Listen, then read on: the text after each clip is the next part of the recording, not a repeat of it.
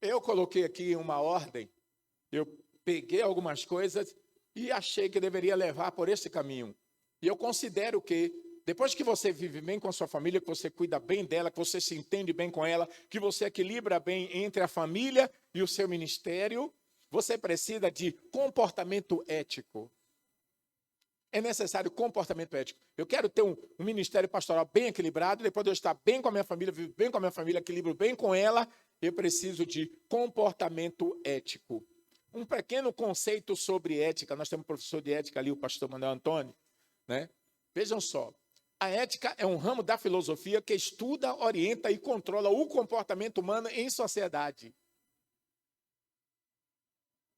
A ética pune? Não.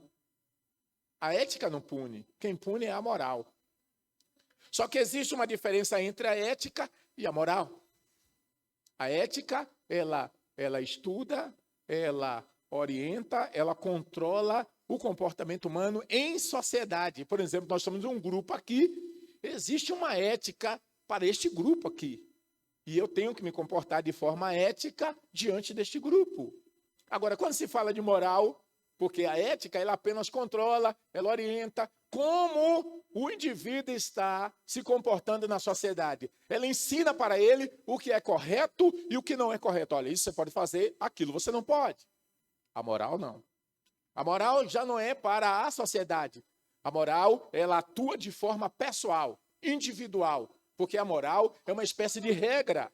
E ela pode atuar como norma, e ela pode atuar como lei. Isto é a moral. A moral pune. Porque se eu tomar uma postura imoral, como indivíduo, a empresa onde eu trabalho pode me demitir por justa causa.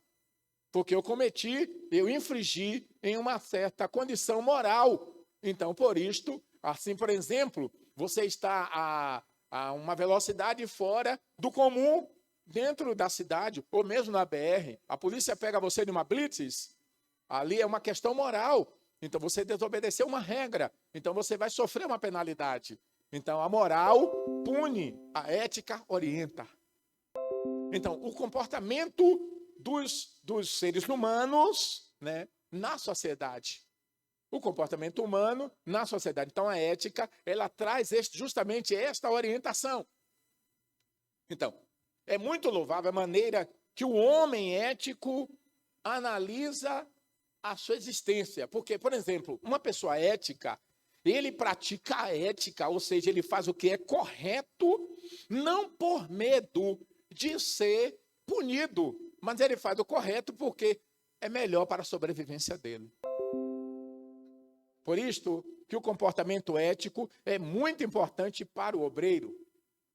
Eu não devo agir certo de acordo com a doutrina da igreja, apenas porque se eu infringir, a igreja vai me disciplinar.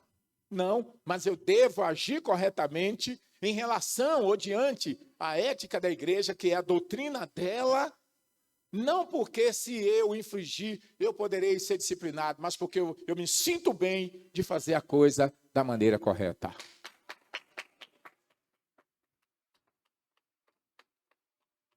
Então, o homem ético faz correto porque ele se sente bem e para ele é melhor, para a sobrevivência dele é melhor ele se comportar de forma ética. Então, se eu estou bem com a minha família, eu quero ter o meu ministério pastoral bem básico, bem alicerçado, bem sólido, eu preciso de um comportamento moral bem equilibrado, ou seja, um comportamento ético bem equilibrado. Então, o comportamento ético é justamente fazer aquilo que é correto. Mas existem algumas pessoas que fazem certo porque ficam com medo de ser corrigido.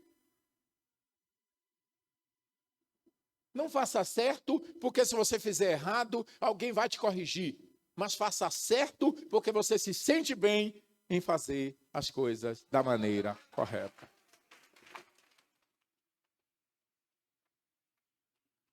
Nós podemos observar o seguinte, essa conduta é muito reflexiva. E também nós podemos ver que isto é benéfico para a sua existência, ou para a nossa existência. Essa conduta, ela é muito reflexiva quando deparamos com a maneira contemporânea, né? Porque a maneira contemporânea é justamente a maneira atual, onde as pessoas, né, muitas vezes evitam fazer certo determinado tipo de coisas porque elas ficam com medo da correção. Mas quando você faz certo porque você tem medo da correção, você faz a coisa certa como uma espécie de uma coerção, como se alguma coisa estivesse coagindo você. Então, se tirar esta possibilidade de correção ou disciplina, eu vou fazer tudo de qualquer maneira. Então, ética é fazer certo mesmo quando ninguém está olhando para você.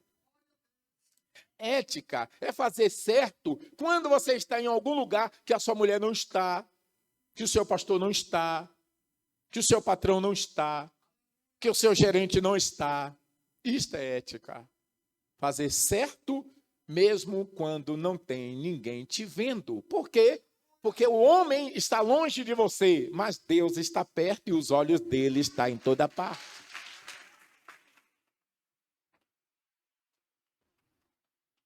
Digam glória a Deus.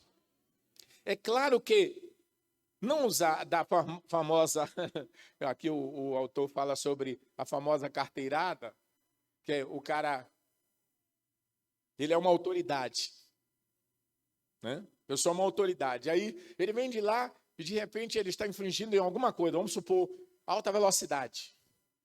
Uma blitz parou ele. Aí quando ele vê a coisa apertar, ele puxa a carteira e mostra: eu sou uma autoridade aí, ó, me libera. É ético? Não é ético. O ético é a velocidade é aquela, vamos obedecer. Isso é ética. Amém, gente? Temos a doutrina da igreja? Vamos obedecer. Ah, mas o pastor não está aqui agora não? Tal. Amém, pessoal? Faça certo. Mesmo quando ninguém estiver vendo.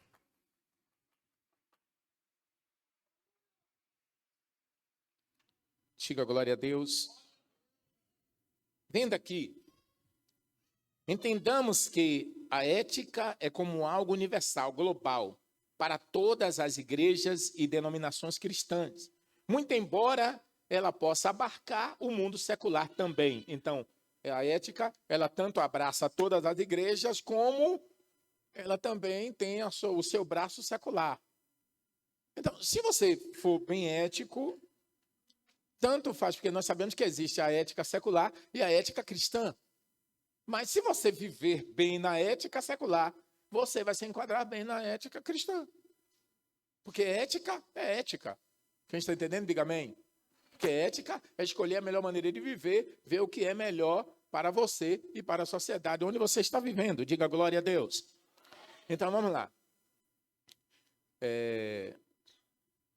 Com efeito, um teólogo pastoral, um pastor, que não possui sua moral apegada à ética cristã, certamente verá cedo ou tarde seu ministério desmoronar em função de sua perspectiva incorreta. Então, qualquer pastor, qualquer obreiro, isso serve para você, serve para mim, principalmente para você que está começando um ministério agora. É muito importante você saber que se você não unir a sua moral, a sua ética, se você não procurar viver uma vida ética, uma vida de quem quer procurar sempre melhorar e fazer o melhor que pode, uma hora desta, o seu ministério vai sucumbir.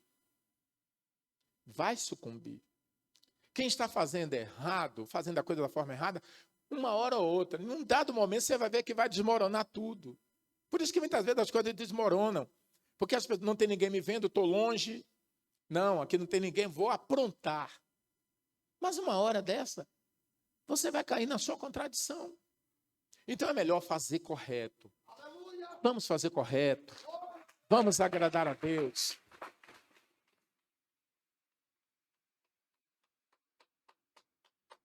A despeito da vaidade e ambição serem sentimentos ou desejos latentes no ser humano, os discípulos de Cristo não podem permitir ser dominados por tais desejos.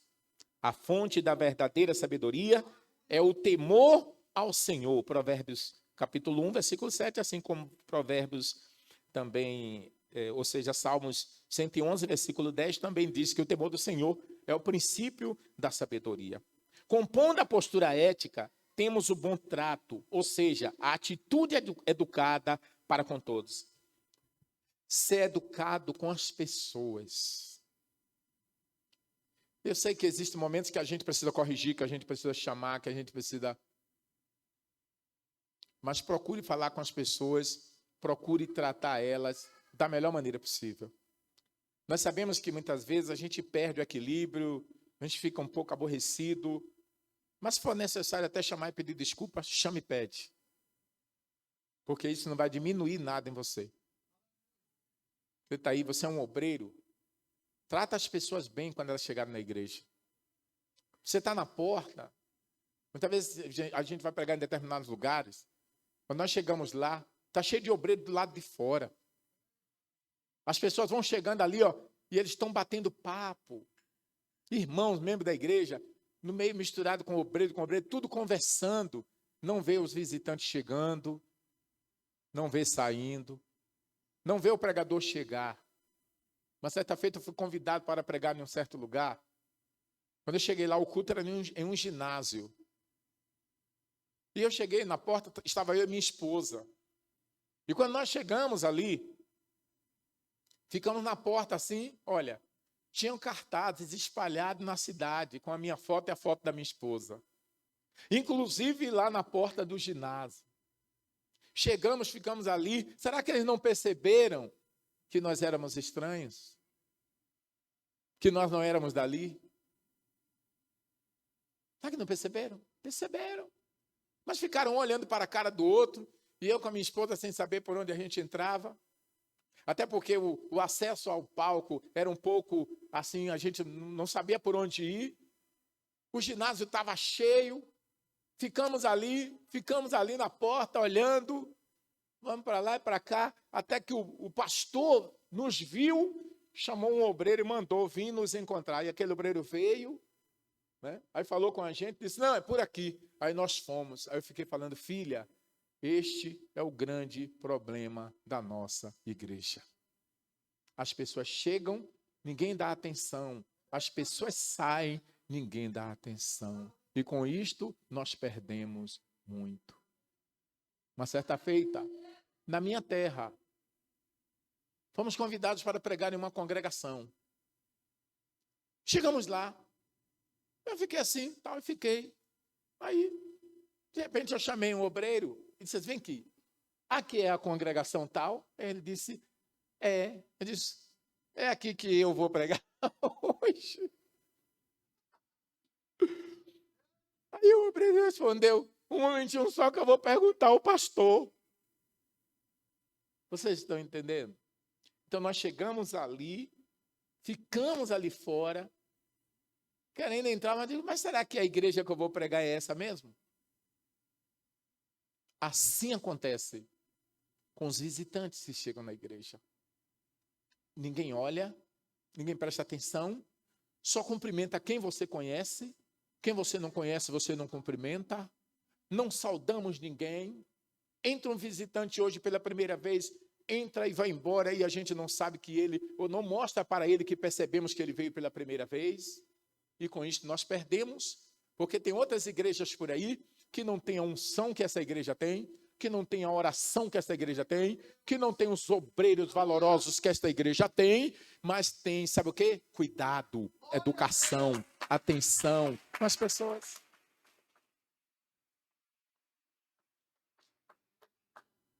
Ética. Tratar bem as pessoas. A igreja está cheia. Chegou um visitante. O visitante está lá em pé. Uma certa feita fui pregar no lugar. Aí eu vi que chegou uma visitante, a igreja cheia. Os jovens sentados, todo mundo sentado. Eu disse, alguém membro aí, um jovem, levante, dê lugar para esse casal visitante. Viraram foi a cara. Pro outro lado. Ninguém levantou para aquele casal sentar. Sabe o que eu fiz? Vamos ouvir agora o grupão cantar, louvar o nome do Senhor. Aí levantou todo mundo, veio para frente. Vagou uma série de cadeiras. Enquanto o grupão cantava, eu desci do altar, fui lá, peguei o casal e disse assim, sente aqui, sente aqui. Mas tem uma pessoa, sente aí e sente aqui. Sou eu que estou mandando. Quando os que estavam, os supostos donos do assento, chegarem, diga que foi o pastor ali que mandou.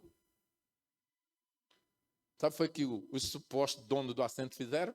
Quando voltaram que o assento estava ocupado, pegaram a Bíblia, se mandaram, foram embora injuriados. Cadê a ética?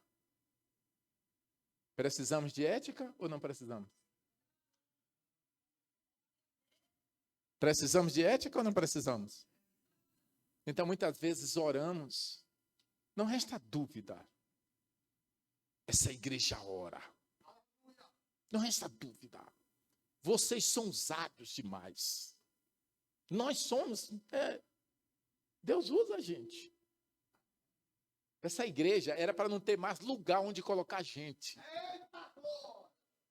No bairro onde você pastoreia, nessas congregações da Igreja de Deus do Amor, não era para ter mais lugar, era para estar topado, gente pelo meio da rua. Por que não está assim ainda? Porque nos falta ética.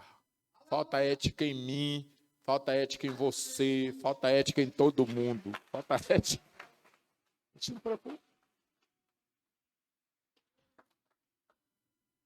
Digam glória. Olha.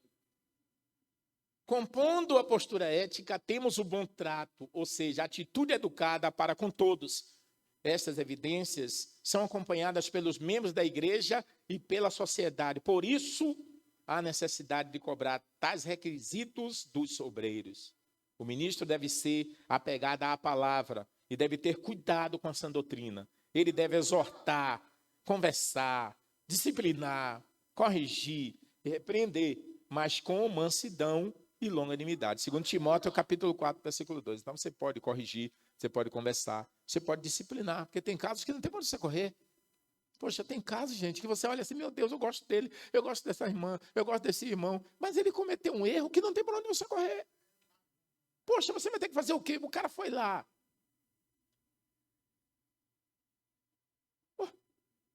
Ele errou.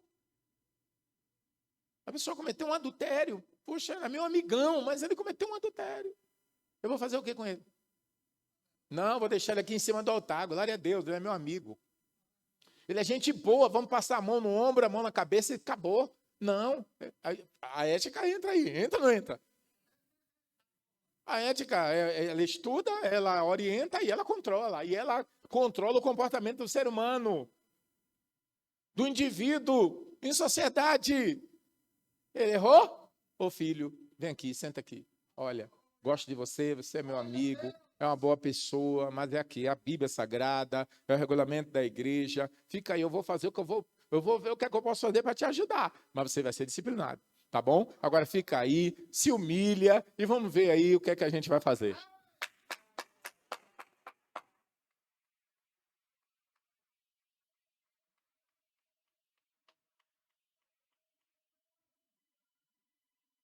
Vocês estão entendendo, pessoal? Ética. Se a pessoa errou, cometeu determinada indevida postura, né? E você passar a mão, você está sendo antiético. E lá na frente, ele vai dizer assim, tá vendo aí? Tá vendo aí? No final da história, você perde a sua postura. No final da história, você perde aquilo que Deus te deu, que é a autoridade que ele compartilha com você. Porque, na verdade, nós não somos autoridade. Nós representamos a autoridade. Na verdade, nós não temos autoridade. Nós representamos a autoridade de Deus. Quem está entendendo, diga amém. Ah, não, porque eu sou autoridade aqui, eu sou autoridade, não sou autoridade de coisa nenhuma. Eu represento essa autoridade. Eu sou simplesmente um embaixador de Cristo. Cristo me deu a oportunidade e eu vou representando Ele. É isso que eu tenho que fazer, representar Cristo, a verdade, a bondade, o poder, a misericórdia. a justiça dele, simplesmente isso. Então, chama, gente, vai com jeito. Se eu pudesse voltar 20 anos atrás, eu voltava chorando para consertar um monte de besteira que eu já fiz na minha vida. Sabe por que eu já fiz muita besteira na minha vida? Porque eu não conhecia nada disso. Então, felizes são vocês, que hoje têm a oportunidade de conhecer muitas coisas. Hoje tem um CFO, no meu tempo não tinha. Quando eu comecei, não tinha. Eu fui nos troncos e os barrancos. E louvo a Deus por isto. Porque pelo menos tive uma vida estabelecida na oração. E na misericórdia de Deus. Por isso estou aqui. Amém, gente? Então louva a Deus hoje.